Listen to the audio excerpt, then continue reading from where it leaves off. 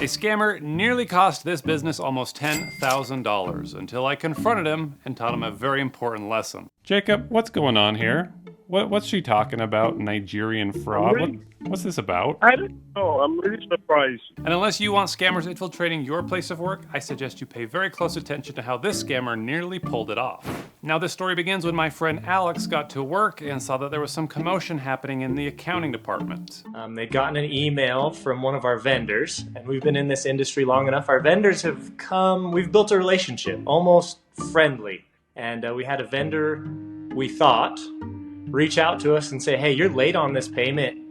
Because you're late, we need you to pay differently than you normally do. Send us a wire transaction. And the accountants thought that the email was real because attached to it was an invoice for some products that they had actually ordered a week earlier. It was just under $10,000. Okay, so it was a good amount. Good amount, we're not talking incredible amounts of money, but definitely a good chunk of change. And the instructions on this email were to send a wire transfer to a different bank in New Mexico, which was very weird considering this vendor is in Utah, literally 30 minutes away from Alex's office. So the team started to ask questions and they pulled up the email once again.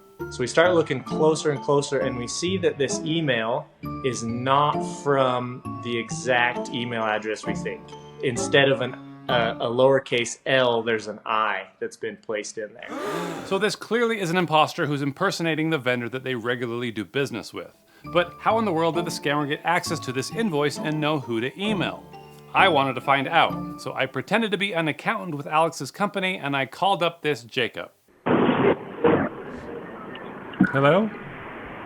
Hello? Hi, looking for Jacob. Is this him?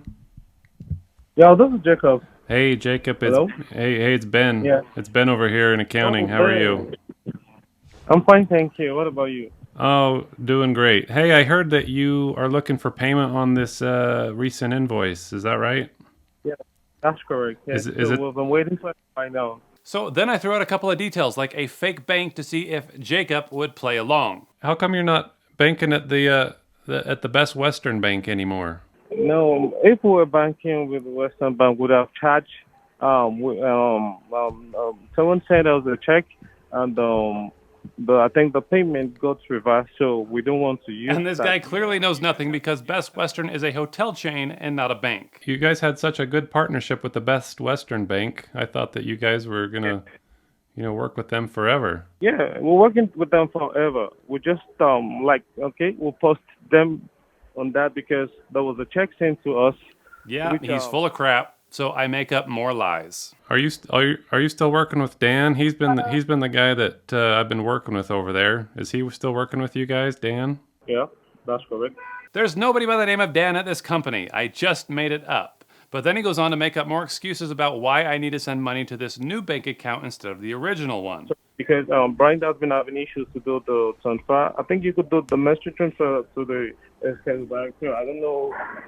Right, so that's why I'm asking if we could provide another bank information because we just opened about 3 new banks information, that's why.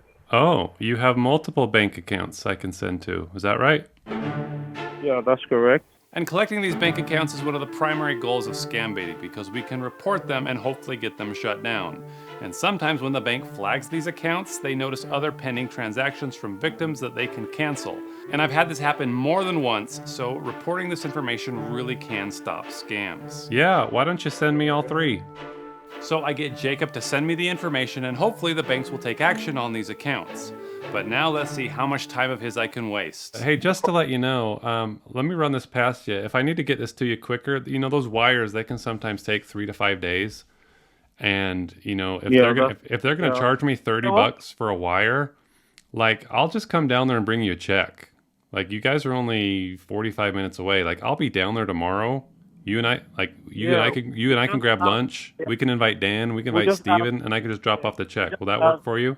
Yeah, we just have issues with the check right now, so that's why we decided to use the wire transfer. Of course, he doesn't want a check because he's probably somewhere in Africa. All right. Well, that makes sense. That makes sense. But I'm still going to be down there tomorrow, and we can grab lunch. Yeah, no problem. What are you thinking? What are you hungry for? Yeah, that's great. So I'll send you. What are you in the mood for? You want to meet somewhere, or you want to? Yeah, we can meet anywhere. I'll let you know that. So I continue to lead him on by letting him know that I'll send the wire. But we have to get back to how he inserted himself into this transaction in the first place. How did he know who Alex's company does business with? And how did he get a copy of the invoice? Well, this video is brought to you by the letters BEC, Business Email Compromise. And I talked to security tech YouTuber Liron Segev to see how common this is. When it comes to the business side of it, we have seen a lot of very targeted attacks. And he showed me all kinds of cool little devices that a hacker may have access to, but what he told me is that more often than not, it simply comes down to social engineering. They will look at the company, they would find out everything that they can about the company.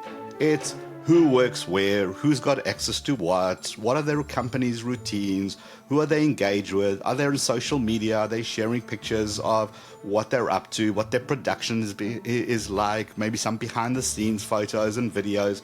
You know, we're all on social media, everybody likes to share and overshare. And that's gold mine for these guys to get it. Because they've done their homework, they know who the suppliers are.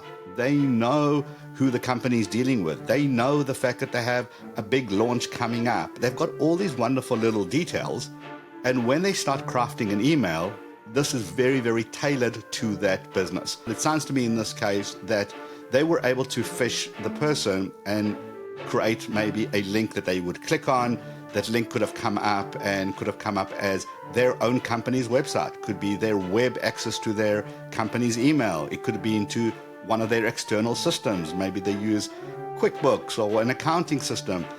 The hacker would have got that information if they've done a little bit of recon about that company. They could have seen who they engaged with. And if this employee wasn't on their toes, they would have just simply entered their username and password on a phishing page. And when you go through the sent mail, you have a full communication of what's going on, who are they dealing with, what's the correspondence like. From there, it would have been very, very simple to craft that story of, hey, you haven't paid, you got to pay here. Here is a new invoice, and simply do it that way. And that appears to be exactly what happened. Someone at Alex's company had their email hacked. The original invoice that came through was deleted and then resent from another email address that looked nearly identical to the vendor with the updated wiring instructions. So this guy's pretty clever, but let's see how long it takes him to realize that he's been fooled. So I sent him a text the next morning and I let him know that the wire's been sent. He responds and says, please kindly attach the reference and wire receipt. So I create a fake receipt with this little invoice generator. This should be good enough to make him think that I really sent the wire. And it's going to frustrate him when he checks the bank account to realize that there's nothing there. He says, please help me confirm if the funds has left your account. We're yet to receive it yet. Yeah, and you're not going to receive it. Let's just have some fun with him while he waits. Yeah.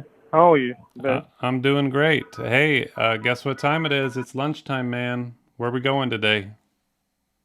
Yeah, I'll let you know. I sent a message. I sent you a message. Did you get the message? So you haven't got the money yet then? Is that what you're telling me? Yeah, it has not been received yet. Well, I wonder if it's because of that new bank account that you're using. I don't know why you guys switched from the Best Western Bank. That seemed to be working out great for us. Can you confirm what's causing the delay? What's causing the delay? I don't know. Should we call up the bank and ask them? Yeah, you can. And confirm if it has been debited from your account. Do you want to call my bank? I can give you the information, or do you want them to call you? You can give me the information as well. If that's fine with you, and you can give them a call as well. So Jacob doesn't want to go to lunch. He just wants to talk to the bank. So let's get him in touch with the bank. Hello.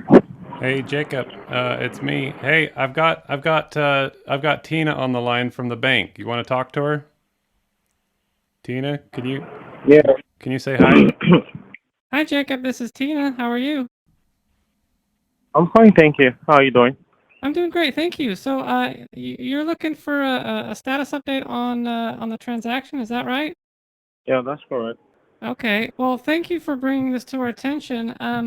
Unfortunately, we just heard back from Wells Fargo that the account has been suspended due to some suspicious activity. Do you know anything about that? No, not at all. Not at all. We're so Yeah. happy to hear this. In Zambia, we are having a little issues with one of our accounts. That's why we'll change to Wells Fargo, and now we are having the same issues again. I think, yeah, I'm happy the funds was a bit responded back to the Bank of America. So Okay, because our contacts in law enforcement have told us that this bank account has been linked to Nigerian fraud. That someone is sending money from that bank account over to Nigeria, and we don't feel comfortable sending money from our customer over to Nigeria.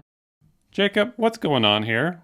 What's she talking about? Nigerian I'm fraud? really, What's this about? I don't know. I'm really surprised. I told you what's happening with our first bank. So we're having the same issues. Do you think that maybe they shut down that account because it was linked to some fraud and now you're linked with fraud again? Is that what you're telling me, Tina? That's what I'm Yeah, telling you. That's what our law enforcement people are telling us, is that this bank account has been linked to fraud. Look, Jacob, this is very troubling. I don't know if I'm going to continue to pay you if your bank accounts are being mixed up in Yeah. fraud. I mean, this is troubling news. like this is just really serious.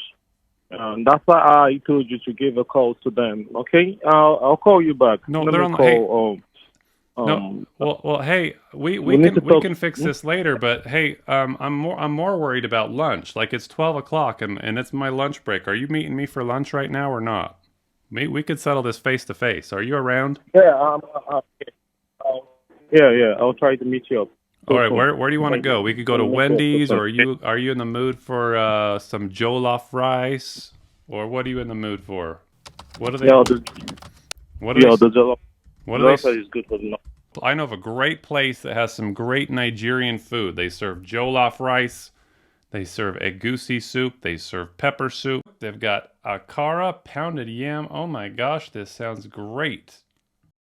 Hey Ben, do you mind? That sounds really good. Do you mind if I invite myself and tag along and join you guys? Tina, that would be great. You are more than welcome to come. You can sit with me and hey Jacob, is that okay if Tina tags along? We can all sit together and maybe figure out this whole transaction thing. What do you say? Tina, you want me to text you the address, Tina? That would be great, Ben. I can't wait. Jacob? You know the place, Jacob? You need me to pick you up? Where are you at? I'll pick you up if you need me to pick you up. Well, needless to say, Jacob did not join Tina and I for lunch. And he did not get the money that he spent so much time trying to get because the bank account has since been flagged. But he did teach Alex and myself an important lesson on business email compromise. I wonder if this Jacob would have better luck being an ethical hacker like Leron, where he doesn't scam people, but he points out weaknesses and vulnerabilities in other company systems. There's pretty good money in that. Or he can just keep sending phishing links, but I hope he's not successful because now you all know how to avoid something like this. For the love of everything, don't think that it could never happen to you. It's not if, it's just gonna be when. It's just gonna happen. So we gotta have this attitude of it can happen to you. You just gotta be aware of it. Anyway, I want to thank you for checking out this video, and I hope that you stay safe, and I'll see you in the next one.